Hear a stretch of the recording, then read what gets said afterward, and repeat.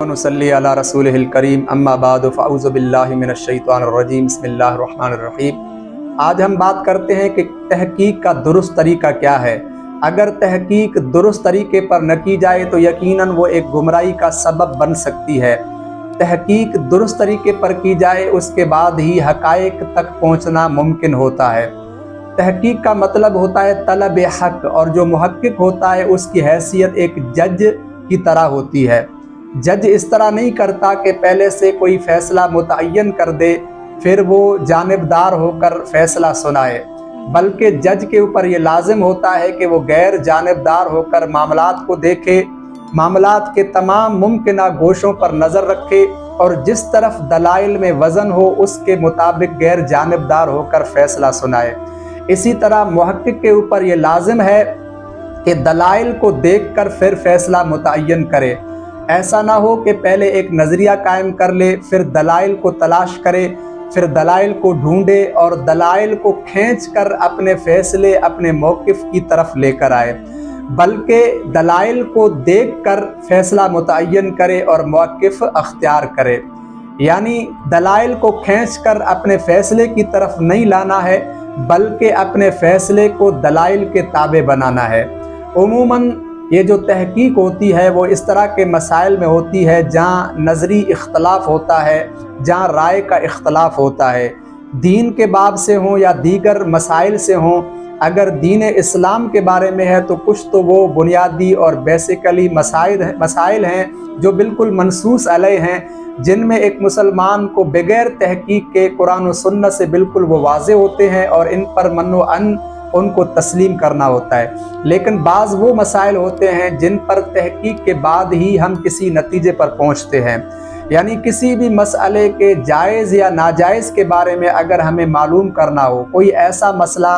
جس میں فقہی اختلاف پایا جاتا ہو علماء کے درمیان، ائمہ کے درمیان یا محدثین کے درمیان،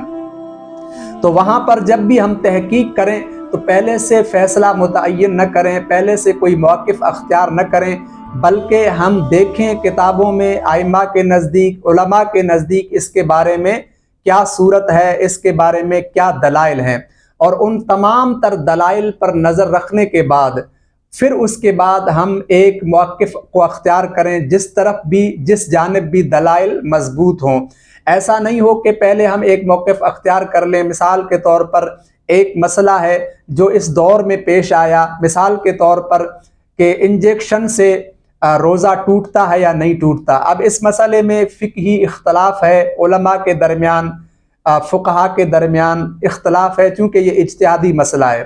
اب آپ اس پر تحقیق کرنا چاہتے ہیں کہ آیا انجیکشن لگانے سے روزہ ٹوٹتا ہے یا نہیں ٹوٹتا۔ اگر آپ نے پہلے سے ہی ایک موقف اختیار کر لیا کہ انجیکشن سے روزہ ٹوٹ جاتا ہے تو آپ کیا کرو گے؟ پھر انہی دلائل کو تلاش کرو گے جو روزے کے فساد پر یا فاسد ہونے پر آپ کو ملیں گے۔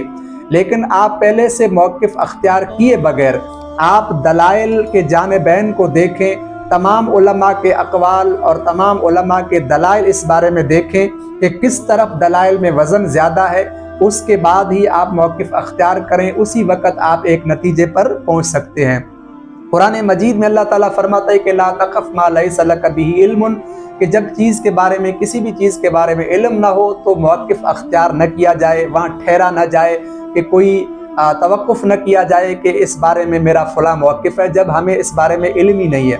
تو یہ ان اہل علم کے لیے اصول ہیں جو اصولوں کو سمجھتے ہیں، جنہوں نے کچھ نہ کچھ علم کے مبادیات کو پڑھا ہے، دین اسلام کے اصولوں کو پڑھا ہے، اور وہ خود اتنے بڑے مجتہد تو نہیں ہیں کہ اصولوں کو جان کر خود اجتہاد کریں، بلکہ دوسرے مجتہدین کے دلائل کو پرکھ سکتے ہیں، ان کے دلائل میں تجزیہ کر سکتے ہیں۔ ایسے لوگوں کے لیے طریقہ وہی ہے جو بیان کیا گیا کہ پہلے موقف اختیار نہ کریں، پہلے ایک فیصلہ متعین نہ کریں، بلکہ جانبین کے دلائل کو اچھی طرح سے ان کو دیکھیں، ان کا تجزیہ کریں، پھر جس بھی طرف آپ کے نظر میں دلیل مضبوط ہے تو اسی موقف کو اختیار کریں۔ اور دوسری بات عوام کے لیے، عام لوگوں کے لیے، تمام لوگوں کے لیے وہ یہ ہے کہ ہمیشہ دلیل کی بالادستی ہونی چاہیے۔ شخصیات سے نکل کر ہمیں یہ دیکھنا چاہیے کہ بندہ